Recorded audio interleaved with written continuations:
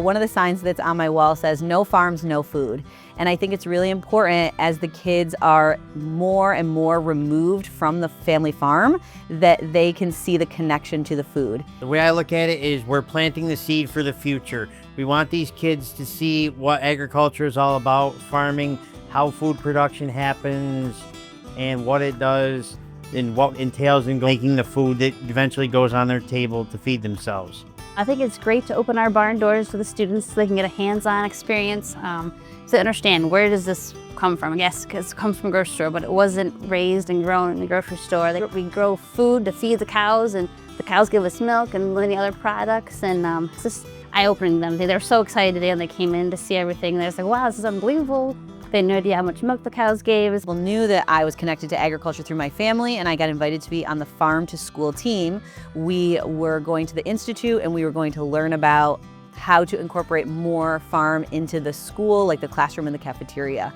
And I joined that team, and from there I have said yes to a lot of things, which have led to a lot more things.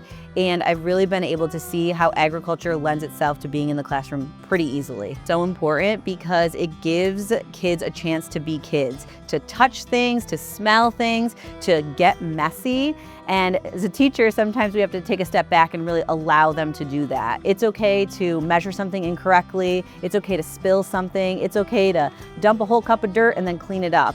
And I think those hands-on experiences give them that opportunity to make a mistake and correct it, which is what we want when they're real-life citizens.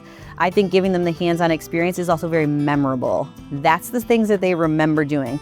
They get all their senses involved instead of just reading. You know, literature, textbooks are great, but nothing's better than getting your hands dirty, feeding the baby calf, seeing a calf born. As a student when I was here, there was not a lot of pride in agriculture, and a lot of my peers were saying, I can't wait to move out of this small town, or there's nothing to do here, there's no jobs or opportunities.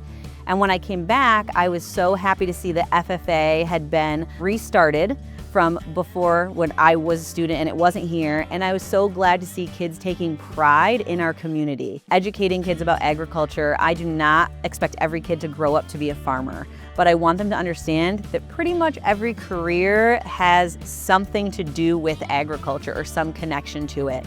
And I want parents to understand that we're not trying to get the kids to grow up to own a family farm. We're trying to get the kids to grow up to be creative problem solvers, to be innovators, to be tech savvy, so that they can be the future of agriculture. They can be the ones who are solving the problems that are happening right now, because I know that they are capable of it. I think it's gonna help a lot because you might not be a dairy farmer, but you can be a truck driver that hauls the milk. You could be the engineer that designs our barns. You could be the architect that helps us plan out our facility. There's just so many things that go around with farming. It's just so many other jobs that farming creates. The children are the future, and without that future, it's gonna die. We need to make sure that it continues and prospers. I am Shelly Budziszewski, and I am New York Dairy. My name is Kevin Youngers, and I am New York Dairy. I'm Jessica McCollum, and I am a herdsman at McCollum Farms, and I am New York Dairy.